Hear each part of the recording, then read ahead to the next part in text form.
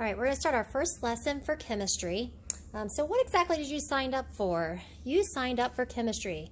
Or Chem is try. It takes a lot of work to be successful in this class, but it is very doable. Chemistry is actually the study of matter and the changes that matter undergoes, as well as all of the energy changes that occur when matter changes. So those could be physical changes or chemical changes, and anytime there's a physical or chemical change, there's some kind of energy change that goes along with that. Chemistry is the stuff of the universe and how it works. It gives us the interactions between particles and the energy changes that occur when particles interact. It plays a role in everything we do every day. It is often called the central science because it connects to other branches of science such as biology, geology, physics, and environmental science. Okay, so it glues all of the other sciences together. So our first lesson, it has to do with measurement and numbers in science. Measurement gives the universe meaning. So the numbers that we get don't mean anything when we measure until we actually put a unit with it. It gives it dimension. So all measurements in chemistry are going to be done using the metric system. Okay. This system was devised in 1960 by the General Conference of Weights and Measures. It is also called the Système International des Unités, or the SI system. The nice thing about the metric system, that conversions are all done in a base of 10. So all you're doing is moving a decimal point up or back in the number when you make those conversions. Prefixes are used to determine the magnitude of a particular unit. So kilo, the prefix kilo, actually means 1,000, and centi means 100. Okay, so based on the prefix, that can tell us the magnitude of that number. Okay, so the different units that you need to be familiar with, so you need to know the name of the unit, its symbol, and what it measures. So you definitely want to study this chart. You will be responsible for knowing these units throughout the year, their names and what they measure. So you're familiar with the meter. Its symbol is a lowercase m. It measures distance, so length, width, and height. The gram is a measure of mass, so how much matter something contains, and its symbol is a lowercase g. Kelvin is one you may not be as familiar with. This measures temperature in a scale starting at 0. So 0 Kelvin we call absolute 0. There are no negatives on the Kelvin scale, so that is the metric unit for for temperature. We also work very commonly in the Celsius scale. Unfortunately, with the Celsius, there is it does go into the negatives, so it's not a direct scale. So temperature measures on the Kelvin scale the average kinetic energy of the system, so the movement of the particles. Time, from one point in time to another, is measured in the second. You can use a lowercase s or the abbreviation SEC. Volume is the amount of space an object takes up. So liquid volume is measured in liters. Obviously, you can do a derivative of the meter and get solid volume by getting meters cubed or centimeters cubed. So liter, this is for volume in liters, is for liquid volume. All right, the mole is a new one. This is a unit that's used in chemistry to count numbers of small items like atoms or molecules. So it gives us the amount of a substance. So 1 mole actually has, and you have to imagine how big this number really is, 6.022 times 10 to the 23rd. So add onto the end of this 2 20 zeros, and that is how many particles are in a mole. Concentration is measured in molarity, that is a derivative of the mole and the volume in liters. That is moles of solute per liters of solution. It gets a symbol of a capital M. Heat is measured in joules, okay, Joule, with that symbol is a capital J. So it's the stored or potential energy of a substance. It works kind of like the calories. So you'll see calories on food labels. That's also a unit that can be used to describe the heat of an object, but the metric unit is the joule. You've been given a gold reference sheet for all of your metric prefixes and conversions between the metric system and other units. So you want to make sure you have your gold sheet in your page protector at all times. Keep in mind all measurements and answers to problems are based on measurements. Therefore, they must have units on them. So no naked numbers. Our numbers mean something in chemistry, and we only know what they mean if we put a unit to it. So if I just say 5, well, was that 5 meters, 5 seconds, 5 liters? Once I put that name, that unit to it, now it gives that number meaning. Okay, so we have to have units on our numbers.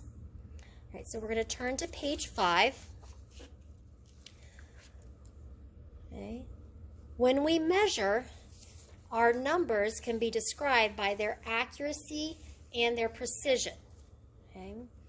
Accuracy and precision of a measurement is dependent upon the instrument that's being used and the scientist or the student in the lab doing the measurement.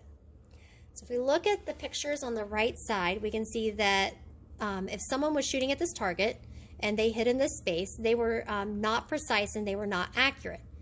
But if they were shooting at the target again and they were hitting off over here, and notice the hits are all a little closer together, that means that they are more precise. Okay.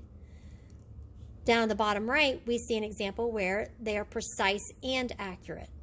This one is kind of spread out and all over the place, spread out but near the center, so they are not precise, but they are accurate because they're close to the target.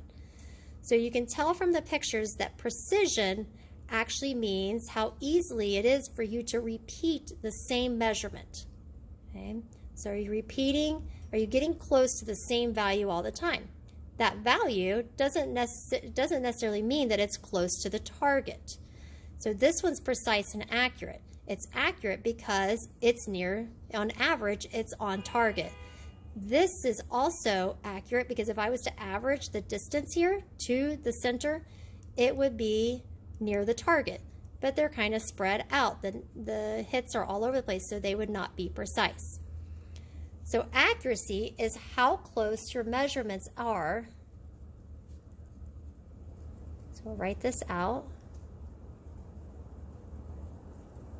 Are to the true value or your target, or in science what we call the accepted or theoretical value. Sorry, I'm going down the line there. So it's how close your measurements are to the true or what we call the accepted or theoretical value. Okay, precision is how close your measurements are to each other.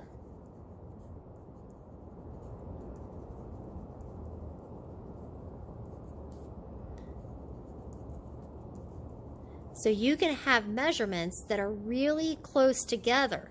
You repeat the same measurement over and over, but it could be off target. So you can be precise and not accurate.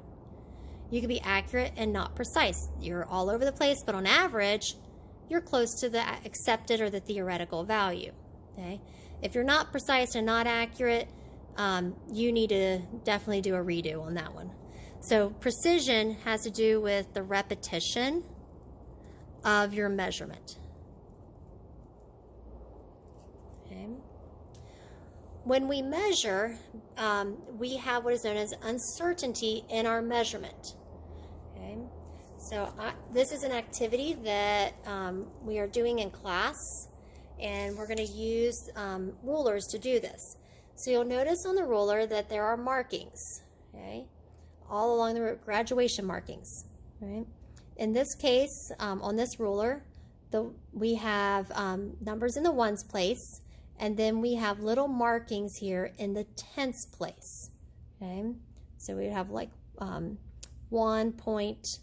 all right? So when we measure, we're going to place our ruler onto our line. Zoom in a little bit here. Place the ruler on the line, and I'm going to line it up with the edge of the line, and then I'm going to read this, okay?